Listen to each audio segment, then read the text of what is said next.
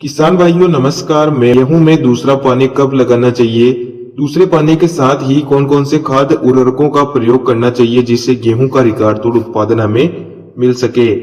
किसान भाइयों, गेहूं की फसल में जब दूसरा पानी लगाया जाता है, यह स्टेज फसल की सबसे जरूरी स्टेज मानी जाती है। इस समय फसल को काफी ज्यादा पोषण की जरूरत भी होती है। इस समय अगर आप सही खाद का प्रयोग कर लेते हैं तो इससे गेहूं में ज्यादा फुटाव आता है, ज्यादा टेलरिंग देखने को मिलती है, जिससे गेहूं का उत्पादन भी ज्यादा निकलता है। इस वीडियो में हम बात करेंगे कि गेहूं में दूसरा पानी कब लगाना चाहिए, दूसरे पानी के साथ ही कौन से खाद का प्रयोग करना चाहिए। पूरी जानकारी के लिए वीडियो को आखिर तक जरूर देखिए। चैनल पर नए हो चैनल को सब्सक्राइब कर दीजिए, जिससे हम आगे कोई खेती बाड़ी से जुड़ा वीडियो अपलोड करें तो तुरंत आपको देखने को वो वीडियो मिल पाए। किसान भाइयों, सबसे पहले बात करते हैं गेहूं की फसल में दूसरे पानी की। तो लगभग आमतौर पर किसान भाई 40 से 45 दिन के आसपास गेहूं में दूसरा पानी लगाते हैं। आप अपनी मिट्टी का निरीक्षण करें, खेत में हल्की नमी हो उस समय आप गेहूं की फसल में दूसरा पानी लगा सकते हैं। दूसरे पानी के साथ सही खाद का प्रयोग करना भी जरूरी होता है, क्योंकि इस समय गेहूं की फसल को कई प्रकार के पोषक तत्वों की बहुत ज्यादा मात्रा में आवश्यकता होती है। दूसरे पानी के साथ आपको पहली चीज लेना होती है यूरिया।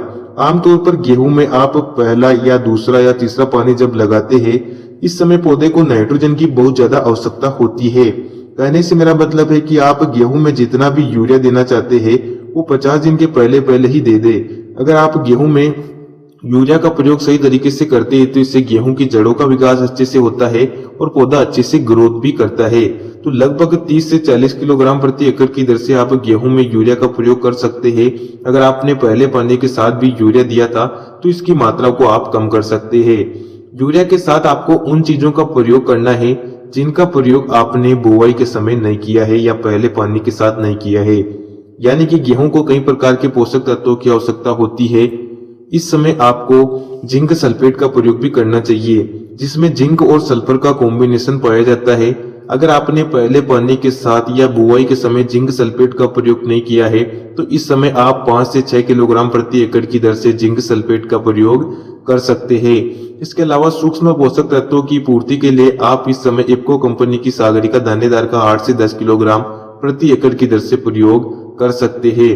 किसान भाइयों, इसके अलावा भी आप अलग से सल्फर का प्रयोग भी गेहूं की फसल में कर सकते हैं। और अगर आपने बुआई के समय पोटास का प्रयोग नहीं किया था, पहले पानी में भी आपने पोटास नहीं दिया, तो इस समय आप पोटास का प्रयोग भी कर सकते हैं। पोटास भी गेहूं की फसल के लिए एक उपयोगी तत्व है। अगर आप गेहूं में पोटास का सही समय पर प्रयोग करते हैं तो इससे गेहूं की फसल अच्छे से ग्रोथ बढ़वार करती है और गेहूं का उत्पादन भी ज्यादा निकलता है।